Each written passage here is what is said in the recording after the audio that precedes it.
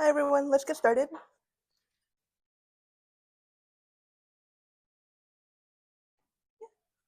Morning. So, sorry, 1 second. Let me make sure that this works. Yeah. Okay, good.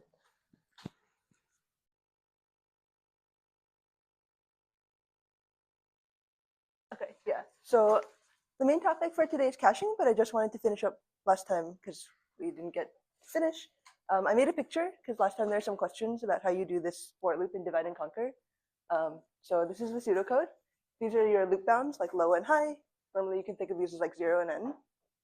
And you have some coarsening constant g. That's, you don't have to decide that. That's given by like the underlying runtime, and you just pick the midpoint, low over 2, and then you spawn off the first half, low to mid. This is like inclusive on the left side, exclusive on the right side, and yeah, you spawn off the bottom half, but it doesn't matter. You could swap them. You do the second half in the continuation, and then you sync, and that's it. And then if you are not within this parallel part, then you just do whatever loop bounds you have in serial. And this is an illustration. You start with 0 up to n. You do the 2 halves in parallel, 0 to n over 2, n over 2 to n. These are in fourths, and then all the way down until you get to g, and then g up to. There are n over g leaves in this thing. Does that make sense? Yeah. And the height of this, of course, is log n, or theta log n.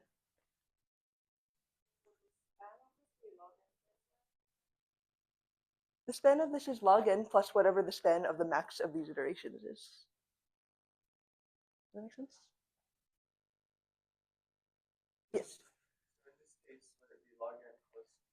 So log n plus what?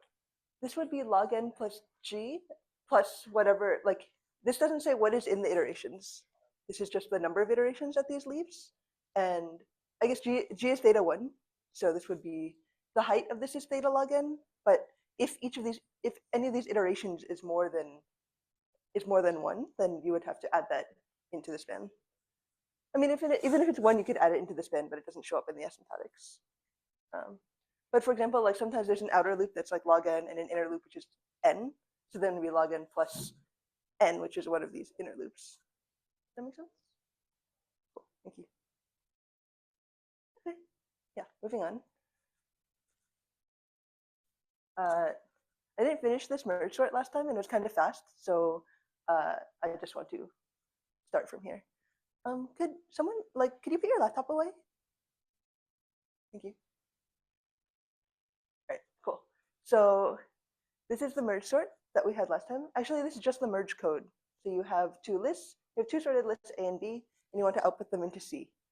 And this is just like while you have stuff left in either of the lists, you just put the smaller one at the end of your list. So this is if the thing where you are in A is smaller, then put that on. Otherwise, the thing in B is smaller, so you put that on, and then you just do some cleanup at the end if you have stuff left. So this is like a traditional serial merge. The work is theta n, because you have to. It's theta n where n is the total number of elements, or also n is the maximum number of elements in either of them, because at most then the entire thing would be 2n. Okay, and yeah, so this is the parallel merge sort that we had before. You spawn off the 2 halves. So you spawn off the first half. In this case, you do the second half in the continuation, and then you sync, and then you do this serial merge at the end. If you assume that both halves are sorted. And the work is, this is just exactly the same as merge sort. This is 2t1 n over 2 plus theta n, because theta n comes from this merge, and that's n log n. Yep. Okay. You can also get this from case 2 of the master theorem. Log base 2 of A, log base 2 of 2 is n, because log base 2 of 2 is 1. And then you do like k plus 1, so that would be n log n.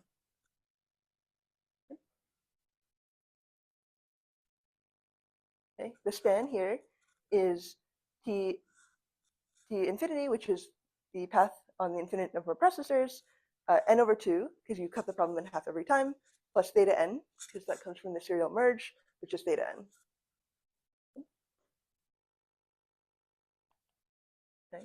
So then, like the work is n log n, the span is n, the parallelism is log n, which is not great because we want log n, we want parallelism much larger than p in general. Ideally, something closer to n, like polynomial at n. So we need to parallelize this merge. Okay. And the way that you do this parallel merge is like so. You have two arrays, A and B, that you're trying to merge. You pick the midpoint of the bigger one without loss of generality. Let's say it's A. And then you search for the midpoint in the smaller one, B. And then you recurse on the two halves, because you know that the two halves are now in the same range. And the trick to this is that you are guaranteed that if you cut it this way, you have at least a constant fraction of the elements on both sides, which is necessary to prove the recursion, because like you get half of the bigger one here, and then the biggest that this could be is twice the size of that. So at most, the bigger half is 3/4 n, where n is the total number of elements you have. Even if you cut this completely unevenly, like this may be cut just 1 and then n minus 1, or 1 and size of b minus 1.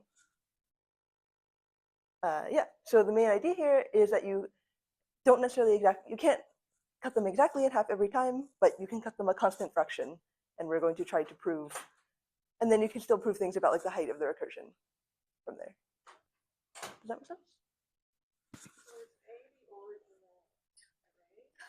A is, you're trying to merge two arrays, A and B. Oh, okay.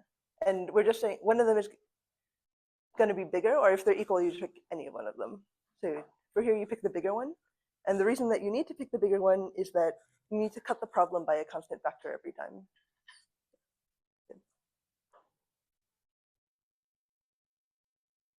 Okay. Yeah, so this is the code for the parallel merge. This part, if we're trying to make A the bigger one. So if A is the smaller one, you just flip them, and then you go back into the recursion. Otherwise, you pick the midpoint in A, you search for it in B, and you set the midpoint as A, and then you do parallel merge on both halves. You spawn the first half, you do the second half in the continuation, and you sync. How do you take the midpoint of the bigger half, or the bigger array? Because if you take the smaller one, you're not guaranteed that a constant factor of the elements are in each half. So if you, let's go back. You take, let's say the total thing is n, and if you cut it in half, you're guaranteed that at least n over 2 elements are in each half. And that's not enough. You need to also upper bound it, because it's not good if it's like n minus 1 and n, or yeah, like n minus 1 and 1. So however, you know that because A is greater than B, or A is bigger than B, that even if you cut B completely unevenly, this is at most twice the size of this part, because B is smaller than A. Does that make sense? Yeah. So by this argument, at most, each of the halves is 3/4 of n, where n is the total, is size of A plus size of B.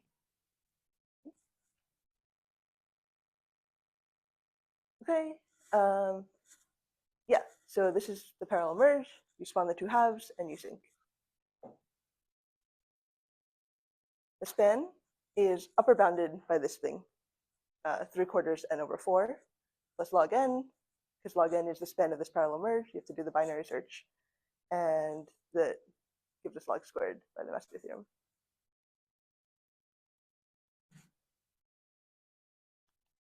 Okay. The work is somewhat complicated because you can't just take the max. You have to take the sum of the two halves, and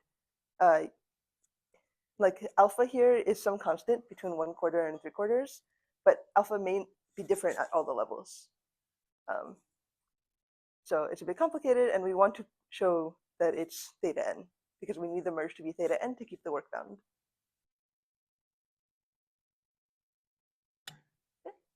Yeah, and I'm not exactly, I don't really want to go through this because it's just arithmetic, but you can prove this by induction. Basically, you assume that the work is bounded above by So k is your input size. You prove that the work is bounded above by k minus log k, and then you substitute. How did you get that? This k minus log k? Yeah, like did you just guess that upper bound or? Yes. Yeah. I mean, you could guess n, and n is this like n is a looser upper bound. Like you want to show that t1 of k is less than c1 of k, c sub 1 of k. I mean, like, how did you get that deductive hypothesis?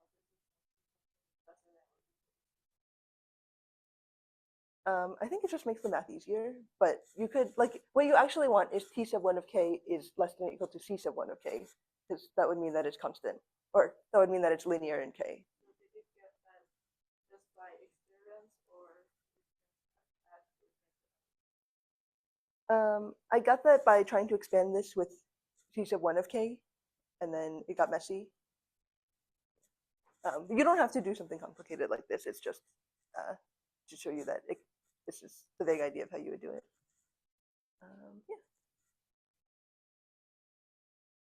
Yeah. So then we come back to this parallelism.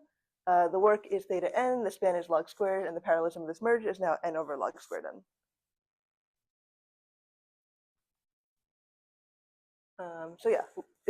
So going back up to the parallel merge sort, you just replace the initial serial merge with parallel merge, and the work is the same. The work is still theta n for the merge. So the work is exactly the same for the whole thing, n log n. And now the span for the whole thing is the half n over 2 plus log squared n, because log squared n is the span of the merge, and using the master theorem, that is log cubed. Okay, so the total span of the entire thing, n log n divided by log cubed, is n over log squared n.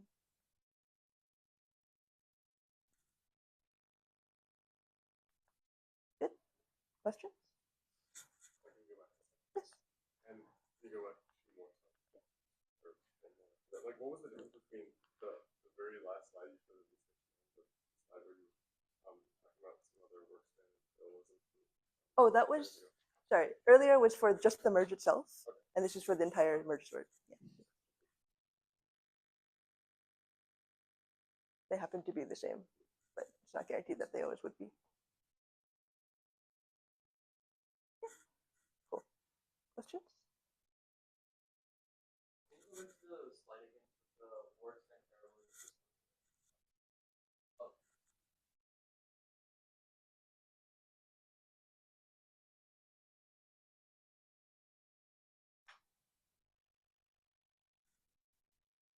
Okay.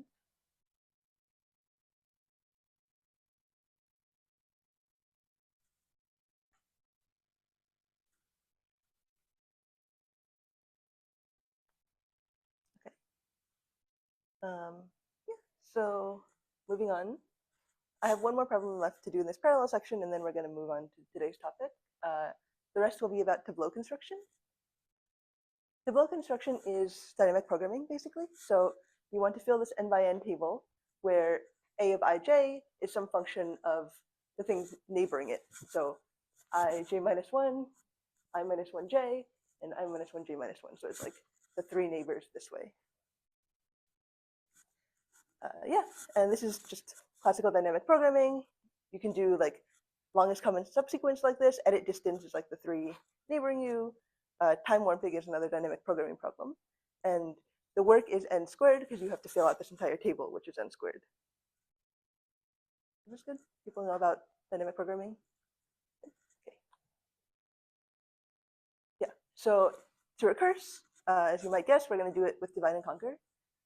So this is your entire table that you're trying to fill, and you cut it into quadrants, 1, 2, 3, and 4. And notice that like the dependencies are that you depend on like your left, your diagonal left, and your upper. So you need to satisfy all the dependencies before you calculate yourself. And so that's the reason that so we have to break down the quadrants to fulfill the dependencies first. So first we're going to do 1, which just depends on the stuff in itself. So that is 1 here. And then now once we have finished 1, we can do 2 and 3 in parallel because all the dependencies, like 3 has some dependencies up here, 2 has some dependencies up there, but they're all finished when you finish 1. And yeah, so you can do 2 and 3 in parallel, but then you have to sync because 4 requires stuff in 2 and 3. 4 requires like this stuff and this stuff. Yeah.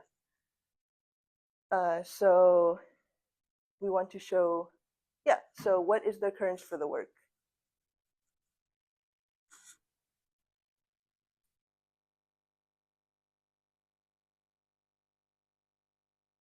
Remember that it should ideally come out to n squared, but I don't know if that helps.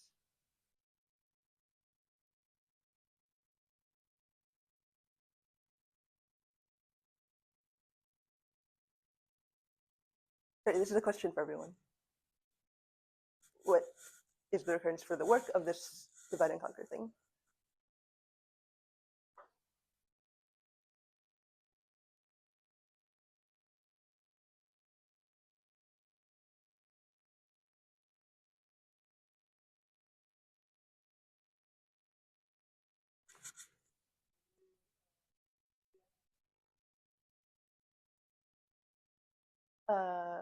Where did you get the n over 4? And where did you get the n squared? Yeah. Oh, n is the side length. So that would be n over 2. Yeah. Sorry, yes. Yes, n is the side length here. That'd be n over 2. And why n squared?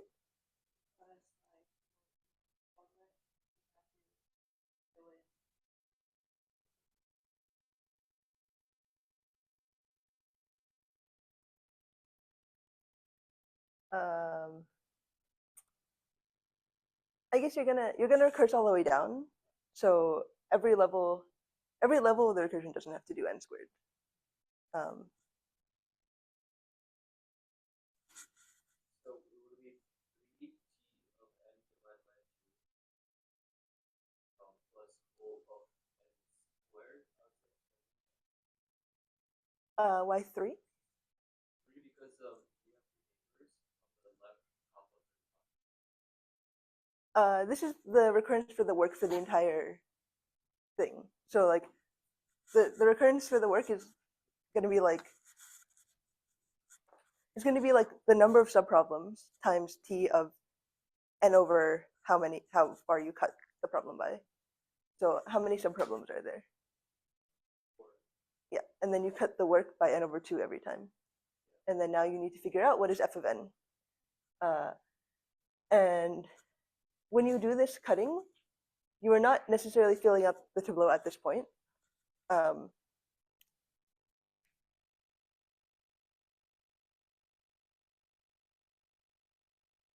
Filling the Tableau at this point? No, right? Because it's a recurrence for the work, not just one step. I think it should be like less than n squared because you're not doing the n squared at every level of the recursion. You do the n squared when you get all the way down to the bottom. Right?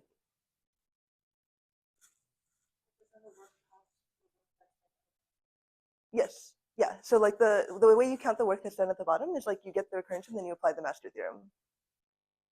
Yeah.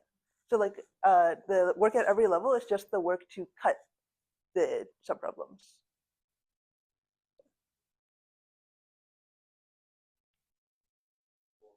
Yeah. So it's O of 1 because like you cut the subproblem. This is a recursive thing. You cut the subproblems, and when you get all the way down to the bottom, you will have n squared subproblems, and that is where most of the work comes from because you have to do n squared of these like the dynamic programming things, and by the master theorem, this is n squared because f of n is small. Does that make sense to everyone? Yes. Not yet, because this is just the work. What cost does the O of 1 come from? So this theta 1 just comes from like the work that it takes to cut the problem. Like you have to do some minor calculation to find the indices.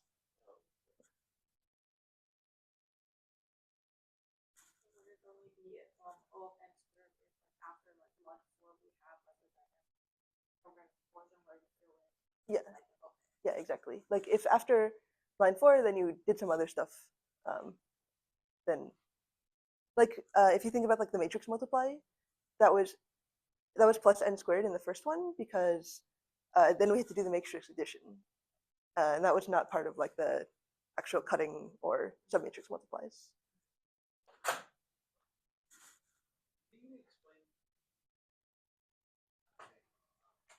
Yeah, so the red, It's just finding like one of them. yeah, so like the red lines are like the portions like of what can happen in parallel, kind of. I guess you could also draw this red line here, but like so you have to do one first because 2 and 3 you can't do any you can't do 2, 3, and 4 until you finished one, right? Because there are dependencies in there, and but once you finish one, you can do now 2 and 3, so those can proceed in parallel, and then only after you finish 1, 2, and 3 can you do 4. Got it? Great. Yeah, so that's just the work. This is the serial part. And what about the span?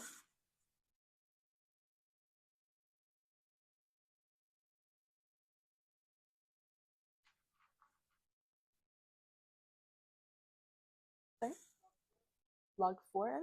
Like log base 4, log to the 4? The second one?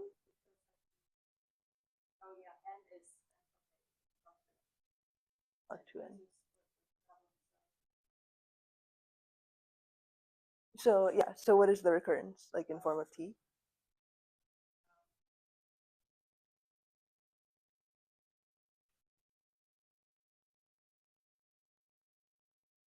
oh wait, no, the N over here.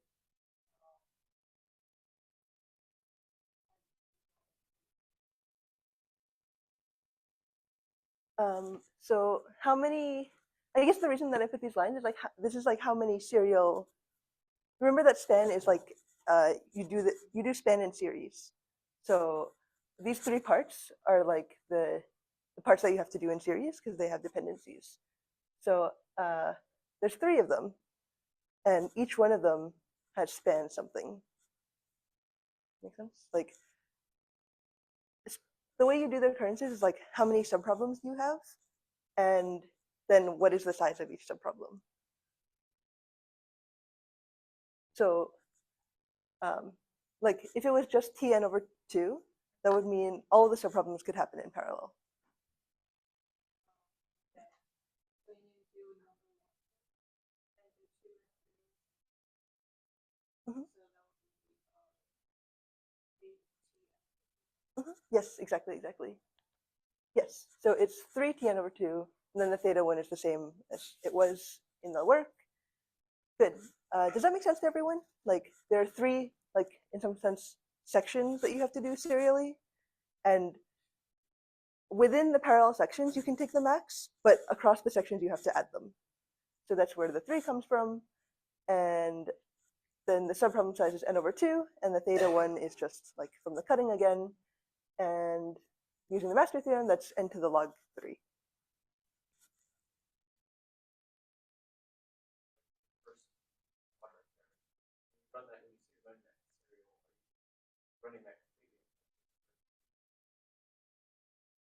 Or are you breaking that up? Sorry, yes, this is recursive divide and conquer. So then you apply this quadrant cutting to every one of these. Exactly. So yeah, otherwise the span would be n squared, because if you did this entire section in serial. The first highlight you show that right there, that's actually another call. Yeah, that's actually another call to this whole thing. Oh, Each one of these is another call to this whole thing with the correct bounds for the quadrant.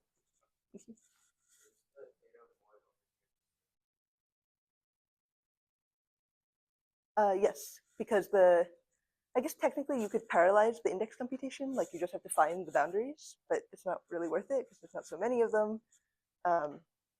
And there's theta one of them anyway, so like parallelizing theta one work is not so worth it. But yes, so the theta one comes from the index calculation, and at the base case, it comes from like the actual computation of the dynamics program.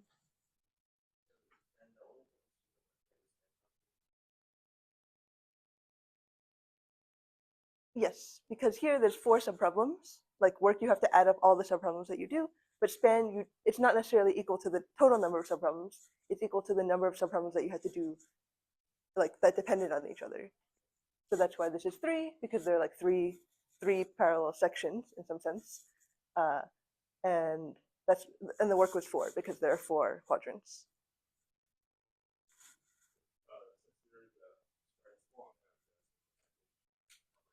Mhm. Yeah, for now we count like for a theory standpoint, spawn and sync are O1. Yeah. Good. Great. Does that make sense to everyone? Thank you. So yeah, so again, like this is just work in the span, n squared is the work, the span is, yeah, log cubed n, or yeah, log cubed n, and then the parallelism is like some polynomial in n. You just subtract the exponents. Yeah, you can do it even more parallel. Like quadrants was just easy to understand, but in theory, you could do this 3 by 3. And now the dependencies are a bit similar, but like you still need to do 1. But now, and again, like 2 and 3 are dependent on 1. But now this diagonal is dependent on 1, 2, and 3. So you're kind of like, in some sense, you're moving like diagonally through this thing in parallel. So first you do this one, then you do these 2, then you do these 3, then like that, and then like that. So there's like, yeah. So yeah, and this is the different parallel segments. Similar to last time, there's 1, 2, 3, 4, 5 of them. And again, it's like 1, 2, 3, 4, 5. Okay, so let's do it again. What is the recurrence for the work? 9T(n/3) plus the 1. Yes, exactly. So there are 9 subproblems. Each of them is n/3 in side length. And again, that comes out to n squared because the same argument with the master theorem. So we didn't affect the work, which is great. And how about the span?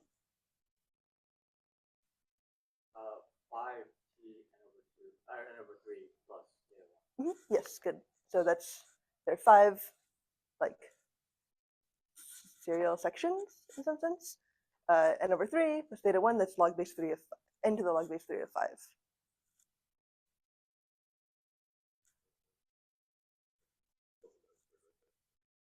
Sorry? Oh, I have to fix this. Yeah, the very last part. Yeah, my bad. I will fix that later. Yeah. So this is the work. The span is a little bit better than the previous iteration. Yeah, this used to be like n to the 4.1 or something, or like n to the 0.41 or something. That's n to the 0.53, and this has a little bit more parallelism than the other one, but it has less locality because the subsections that you're doing are smaller.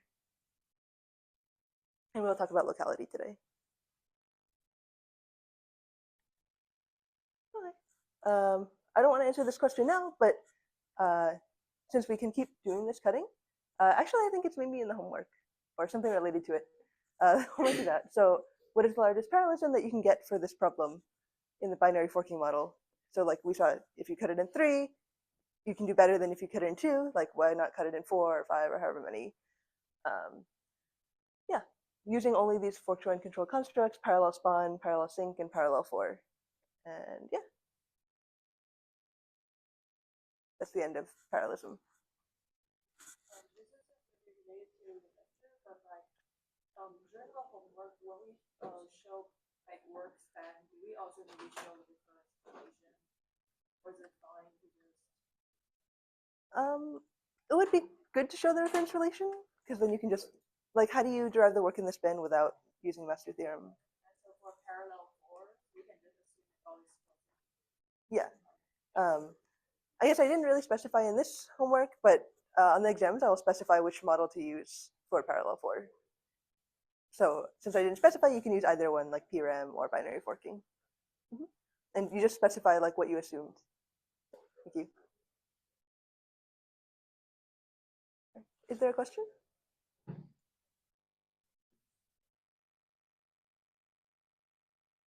Oh, yeah. So the homework is technically due today, but for every homework you have 2 free days. So like the due date is today, Wednesday, but you could submit until Friday with no penalty. And that's for every single homework. Like there's 2 free days. Does that make sense? The deadlines are mostly like you get 2 free days, but I don't get 2 free days. Like I have to follow the homework release schedule. So like the new homework comes out when the previous homework is due. Does that make sense? Just to keep them evenly, correctly spaced.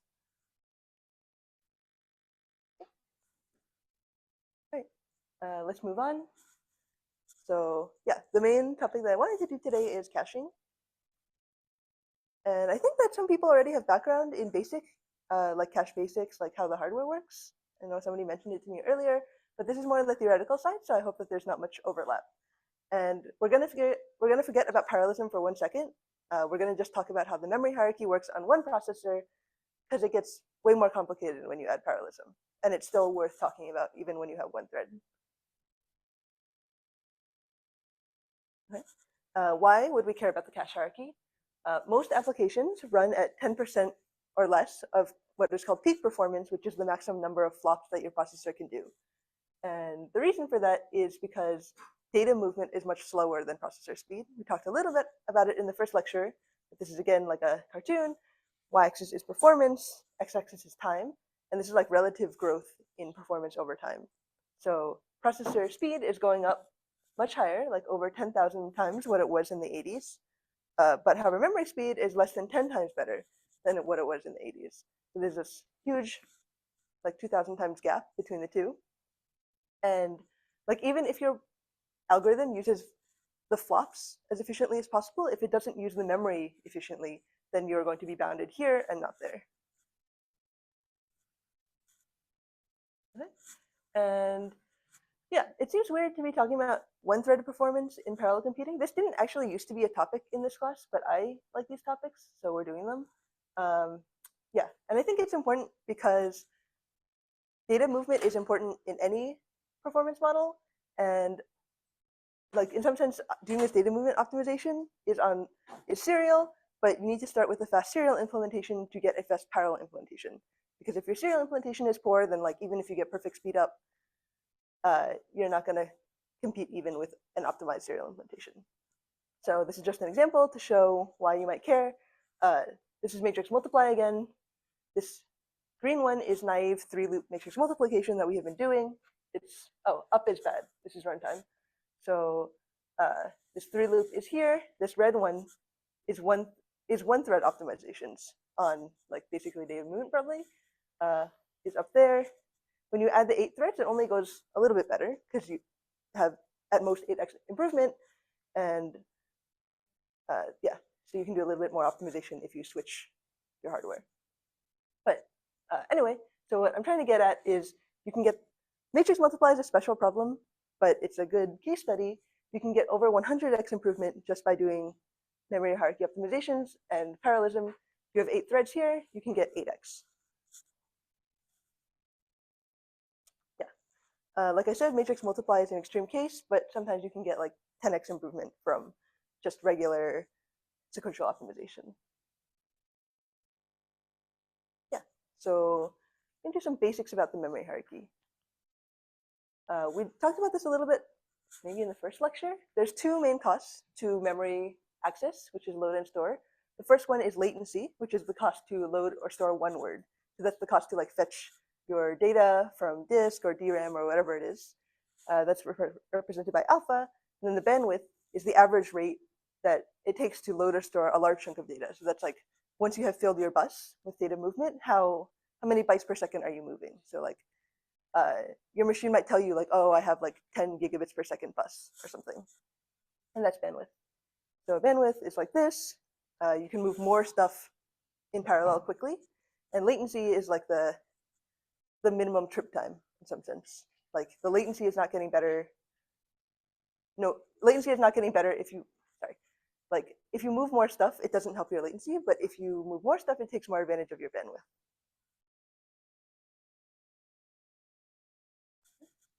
Okay, so again, this is like the same story. This is memory bandwidth speed over time, starting from the 90s. And you can see up to 2020, it goes up 2x every 5.2 years. Moore's law gives us 2x every 2-ish years in terms of flops. And latency is even worse. Wait, yeah, bandwidth was here. Latency is here every 3.2 years. Yeah. So this is why you should care about latency, or this is why you should care about locality, because locality can help you alleviate these memory issues. And yeah, there's two main kinds of locality. The first one is spatial locality, which is how many accesses you do over a short period of time. And that takes advantage of your bandwidth because you move multiple elements together through the cache hierarchy. In your cache, like you don't ever move with one element at a time. You move like cache lines, which are usually 64 bytes at a time. And if more useful stuff is on a cache line, then you have moved more useful stuff per cache line movement.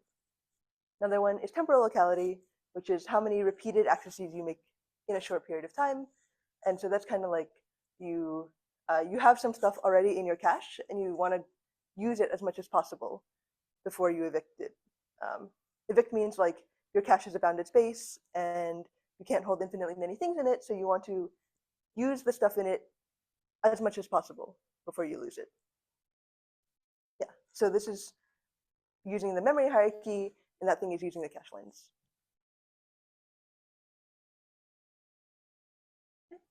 And the memory hierarchy takes advantage of locality, both in cache lines and in the actual hierarchy of cache levels to speed up the average case for programs. So the farthest away in your, I guess technically disk is maybe farther, but on chip, DRAM is the farthest away from your processor. Here the processors closer is L1, L2, and L3. So like they get bigger as you go this way and faster as you go this way. Yeah, and this is just an example like of the sizes. L1 is 32 kilobytes, L2 is 256 kilobytes, LC is on the order of megabytes, and main is on the order of gigabytes. And the times go like this, like on the order of small nanoseconds, then main is like on the order of 50 nanoseconds. So there's like 25x difference between these two. But the problem is that this is much smaller, of course.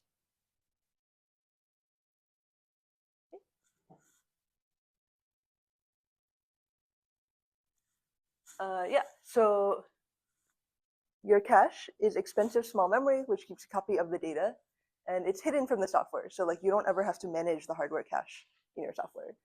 And the cache line length is the number of bytes loaded together in one entry, usually 64 bytes. And so your cache is made up of these cache lines. Actually, your memory is also made up of these cache lines. And this is just an example. The data at this address, something x10, is stored at the cache location 10. So like the cache is much smaller than the memory. And so one way you can do this is you can map like the lower 2 bits to some location in your cache. And so, yeah, so this has 10 in the lower 2 bits. So then it would get mapped here. And then this has 0 in the lower 2 bits. And then it would get mapped there, and so on. This has, yeah, 10 here as the lower. And then this has 11 as the lower, so it gets put here. Yeah, and then this is separate from your processor, which is issuing memory requests. Like your processor is what is running the code that you're writing. So like when you access an array, for example, under the hood that is getting mapped to these memory addresses. Yeah, and then there's two things that can happen when you try to access the memory. One is a cache hit, which means that you ask for something that was already in the cache. So it can serve the request from what is in the cache. Otherwise, it's called cache miss, which means that the memory was not cached. So you have to do an expensive lookup into farther memory.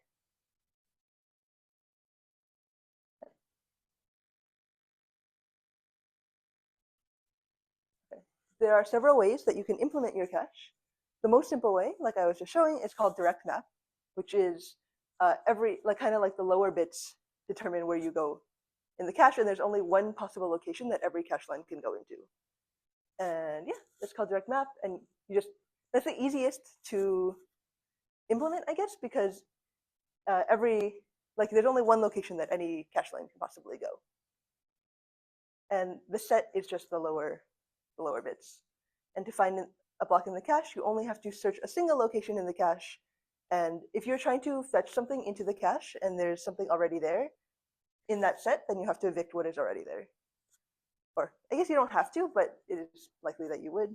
That's called cache replacement policy, which is like how do you manage what is in your cache. Yeah, so that is direct mapping.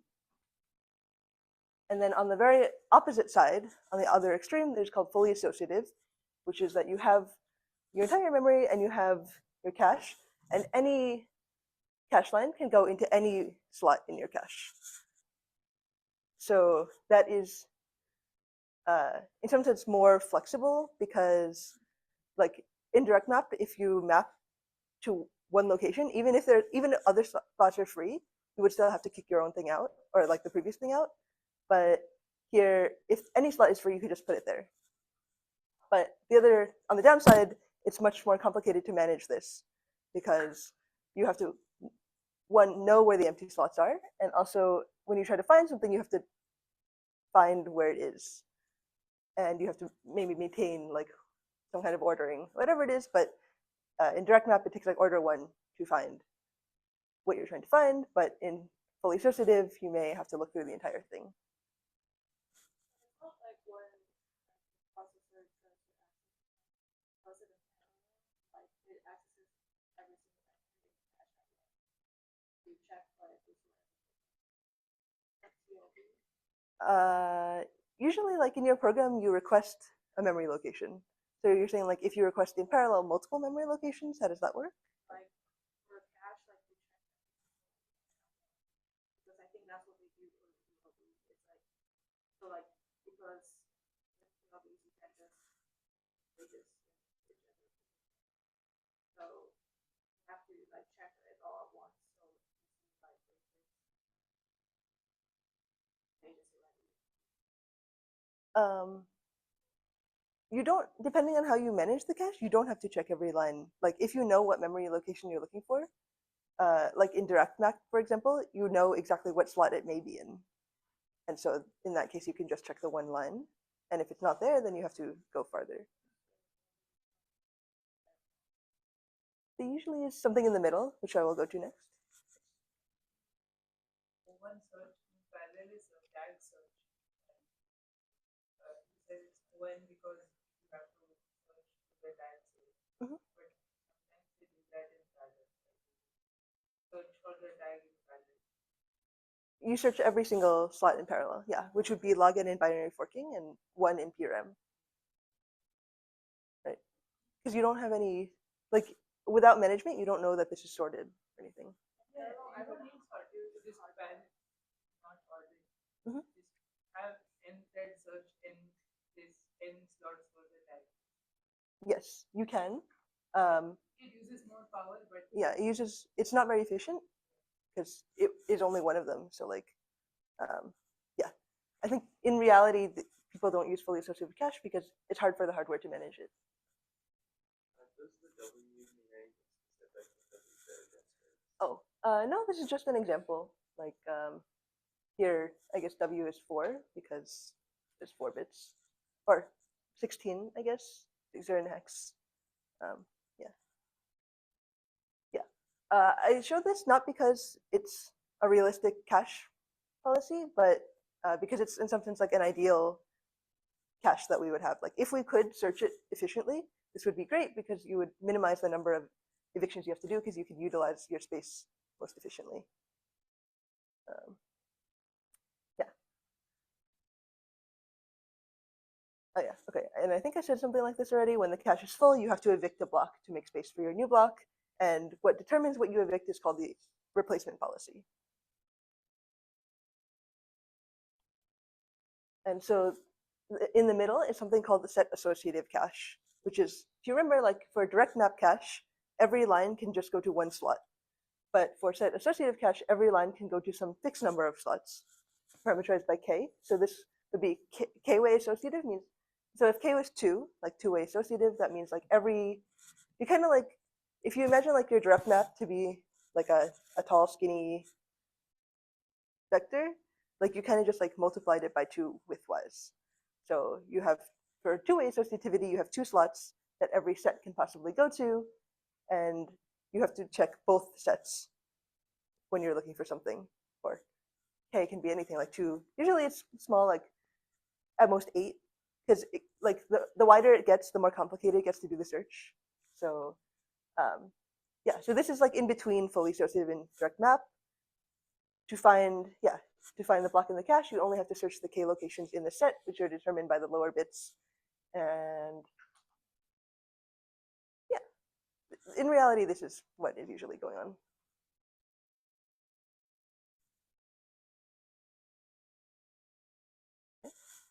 There's several kinds of cache misses. Cold miss means the first time that you bring something into cache, like it's going to be in the beginning of time, everything is in your memory, and you have to access it to bring it into cache. So that's cold miss. You can't avoid those. The next one is capacity miss, which is even if you had a fully associative cache, you would have evicted that thing. So you did enough accesses to fill theoretically a fully associative cache. And last one is conflict miss, which is too many blocks came to the same set. And these would not have happened if you had full associativity, but they would happen in like direct map or set associative. Because for fully associative, they just can go to anywhere. Okay. And then some type of cache misses that can only happen in parallel is called sharing miss. So like the previous 3 cache misses are happening on one thread or multiple threads. Sharing miss is it's like it happens when multiple processors or threads try to access the same cache line. So one is called true sharing, which is you're actually trying to read the same element, like here. And then false sharing is like when you try to read 2 elements, but they happen to be on the same cache line. So, and why does this cause miss? It gets into when you have parallelism and caching, you need what is called like cache coherence protocols. Do people know about cache coherence? Okay, yeah, so you need cache coherence. And basically what happens is if one cache line gets accessed by one processor, it becomes invalid in all the rest of them. And you have to shuffle the cache line around again to get the new valid copy.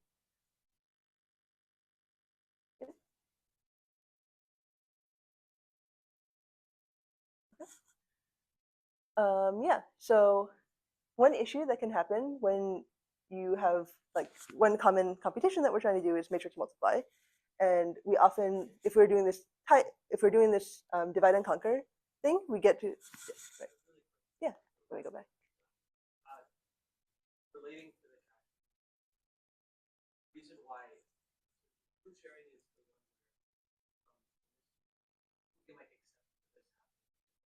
You're actually one could be changed by the other. Exactly. Yeah. Oh, that could be the other. This only happens because but if the program might not get The program would be affected in the same way, like if so like ideally we would want yes. So you can one way to address it is you can add padding. So into your array, like file sharing, like often you try to access 2 things next to each other, you just add a cache line between them. So it's not pretty, but it works, and usually it's the easiest way. I'm sort of struggling to understand why false sharing is an issue. Like if they're accessing different things, right, then they won't be like right after read or read after independence. So the right after that side and Yeah, but cache coherence works at the level of cache lines. okay. Yeah. So I think everything in the cache works at the level of cache lines pretty much, besides the registers. And yeah, so like you would have to do the same shuffling regardless of whether or not you actually modify the same data. But you cannot really avoid this unless you like retool your algorithm to avoid this, but it's way easier to avoid this by just adding more space. Thank you. Yeah, so with set associativity, one issue is depending on your set size and like depending on, for example, like you're trying to traverse this matrix or submatrix, sometimes like if the addresses all perfectly line up with the set, like this is just one bad case that may happen, all these red squares are trying to go to the same set because maybe their addresses just happen to fall like that. Like here, the set is 7, and then these are the separate addresses that you're trying to get. Basically, the point is that you may have contention for the same set, even though like the data is actually separated. And one way to avoid that is you can copy A into temp matrix, or you can pad the rows a little bit bigger. Okay, question? This is confident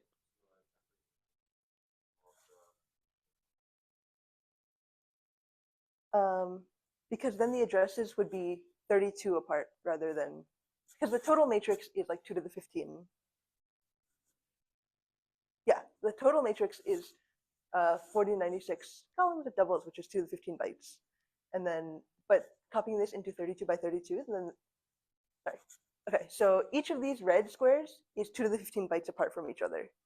But if you copy this into 32 by 32, each of these red squares would become 32 times double size apart from each other.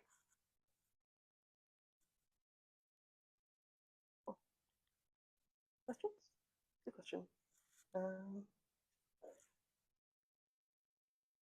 Yeah, so we're going to do theory a little bit. We're going to do what is called the ideal cache model, which is an analysis model for cache complexity. Okay. So the ideal cache model, it has 2 levels. It models with 2-level memory hierarchy. You have a processor, you have a cache line, you have a cache of size M, and you have cache lines of size B, and you have an unbounded memory. And yeah, the memory, both the cache and the memory are cut up into cache lines of size B, so you have actually M over B cache lines. And the ideal cache part of it is that it is fully associative and you have an optimal replacement policy. Omniscient means that you can see into the future what all of the memory accesses are going to be. Obviously, this is not realistic, but there's some theory that tells us that this assumption is actually theoretically close to some relaxed assumption of realistic things, which I will get to. Yeah, so the 2 performance measures are work, which is the same that we had this entire time. And now we have this new measure, which is called cache misses, usually expressed by Q. And that is the number of cache lines that need to get transferred between the cache and the memory. So in this model, if you bring cache lines between the cache and the memory, and if you are operating on something in the memory, if you're operating on something in the cache, it is free in terms of cache misses.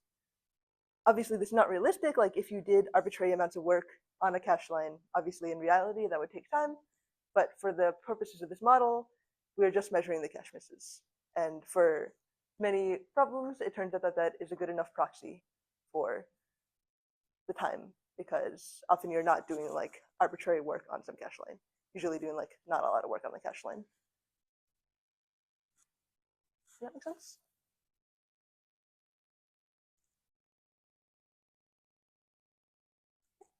So yeah, so I told you that I was going to tell you how this relates to reality. There's this famous lemma from 1985, which is actually quite nice. It's called this LRU lemma, and it says that suppose that you have an algorithm that gets Q cache misses on an ideal cache of size M. So you have this totally optimal replacement policy. Then if you had a fully associative cache of size 2M, so this is called resource augmentation for theory folks. It means that you have like 2 algorithms. You have one that knows the future and one that doesn't. And to kind of try to make up for it, you give the one that doesn't see the future more resources. In this case, cache size. But for other problems, it could be like more time or speed or whatever it is. And yeah, this is like a classic idea in online algorithms, which are algorithms that take the input online and they don't know the future. So if you give the less good replacement policy twice the memory, which is a constant factor, then it will incur at most twice the cache misses. The proof is actually quite simple and it's quite nice. And the reason and the implication for this, the reason that we would care, is from an asymptotic point of view, you can assume optimal or LRU replacement as convenient. So that is why we're going to assume that the cache is optimal, because it's within a constant factor of what is actually optimal, even if you have LRU, which is a more realistic cache replacement policy. So from a code writing perspective, you can use this model, you design something that's theoretically good in this ideal cache model, and then you can engineer it further for detailed performance. And of course, in reality, the cache is not fully associative. So you may have to do some padding or something after that. But the high level thing is that you can, from a theoretical standpoint, design something good in this model first, and it's like a good enough first pass to tell you how it should be doing it in reality. Then another thing in reality, loads and stores have different costs, but that is also not captured in this model because it would become complicated. Okay. Yeah, so okay, so this is something basic in this model. I guess it's pretty straightforward that this is just saying like, okay, if you read our data segments where the ith segment has s sub I bytes, and this is basically saying that the sum of your data segments is at most m over 3. Yeah, so n is the total number of segments that you have. No, n is the total size, and the average size of your segment is at least b. Then all of the segments fit into cache, and the number of misses that you have to read them all is 3n over b, where n is the number of bytes that you had to read, and b is the cache line.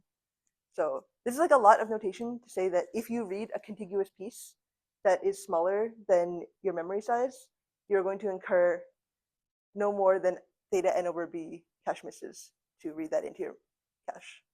Does that make sense? I guess because like the n lines might not line up. I think it's m over 3 is a very loose. M over 3 is because like for every segment, you may get like spillover into the other. Like, so this is your segment, for example, and it may not fit perfectly into the cache lines on the end.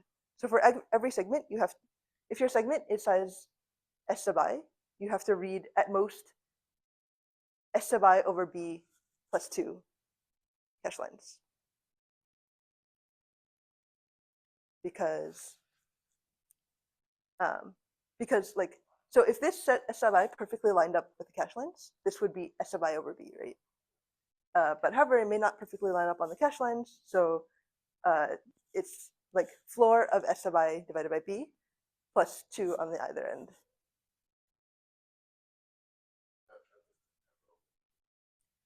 I think this m over 3 is a very loose upper bound. Yeah. Technically, like for each one, it's plus 2, but you have several of them. Yeah, it's basically like m. It's not strictly m, but it's some constant factor of m from a theta standpoint, theta m. It's just like this is just like arithmetic to say that if you can read, if it can fit into the cache, you can read it in the cache in theta m over b cache misses.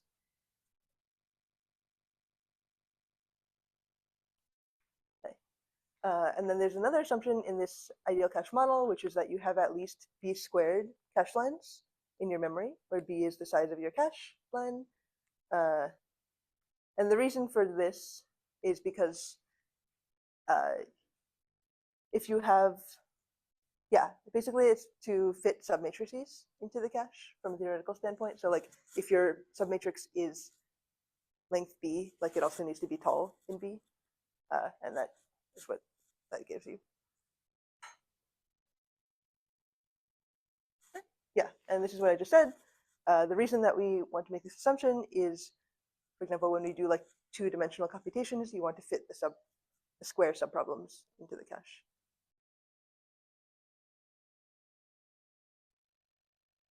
Okay. Yeah. So this is what we just had. Yeah. If you read this n by n submatrix into your tall cache, and your n squared, which is the size of your submatrix, fits into the memory, less than m over 3, then this is just an application directly of the more general thing that we were doing. Then you have to do at most theta n squared over b cache misses to read the n squared thing into cache.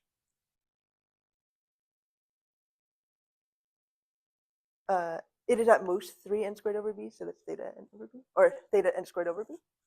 Yeah, that's just it's just applying what we just had with the arbitrary segments, but into a fixed size submatrix.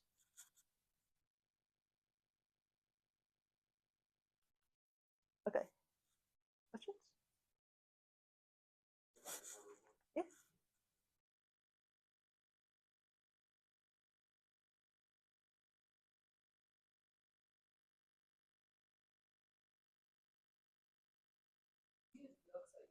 Mhm.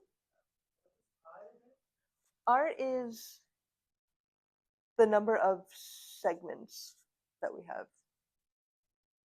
Oh, so previously, like a couple of slides ago, we had a theorem about if you have R segments and you're trying to read those segments into memory and they can all fit in the memory, then you have to incur like at most theta size of the thing that you're trying to read over B. Segment is a like a software.